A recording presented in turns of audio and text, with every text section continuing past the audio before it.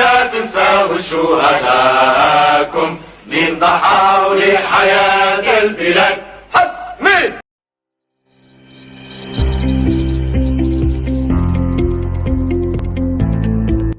بسم الله الرحمن الرحيم، والصلاة والسلام على أشرف المرسلين.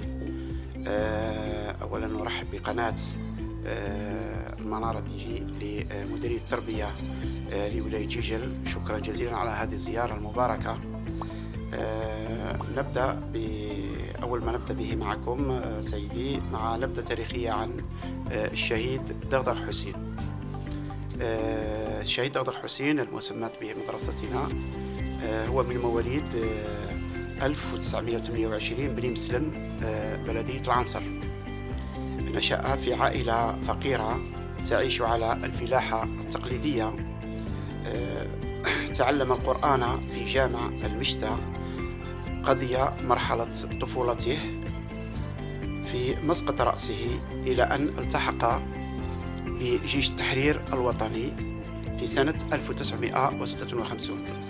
خاض معارك عديدة ضد العدو الفرنسي، واستشهد سنة 1961 بدوار ولاد عطية بلدية الميلية على إثر حصار ضربه العدو على المنطقة. كما كان متزوجا آنذاك وله 3 أبناء رحمه الله، وشهدائنا الأبرار وأسكنهم فسيح جنة.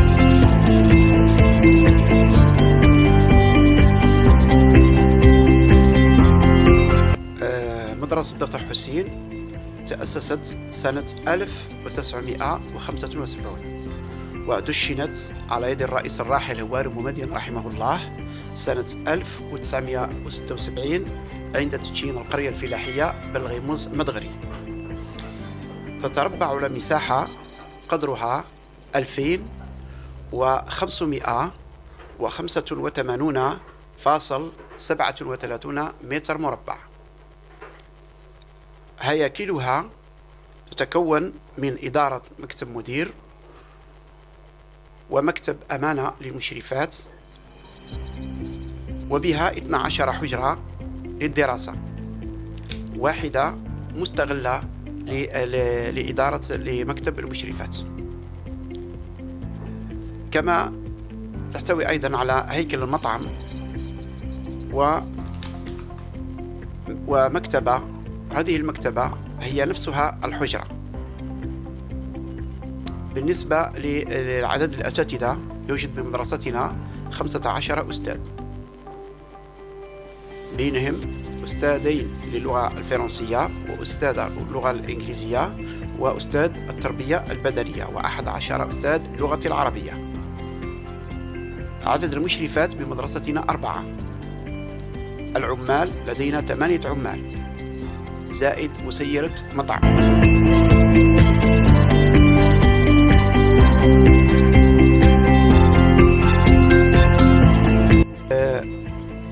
قمنا بتأسيس نوادي بالمؤسسة، نوادي عملية تعمل بالمؤسسة وتقوم بنشاطات. عندنا النادي الصحي ونادي البيئة والنادي الثقافي، 3 نوادي بالمؤسسة. نشاط. بالنسبة لنتائج المؤسسة خلال 3 سنوات الماضية كانت نتائج جيدة جدا وممتازة، ومن خلال متابعتنا أيضا لنتائج التلاميذ أنها كانت ممتازة ومتميزة بمعدلات عالية على مستوى الإكمالية التابعة للمؤسسة. أضيف إلى ذلك نتائج في المسابقات الفكرية، فمدرسة دغدغ حسين دائما رائدة على مستوى بلدية العنصر وحتى على مستوى الدائرة.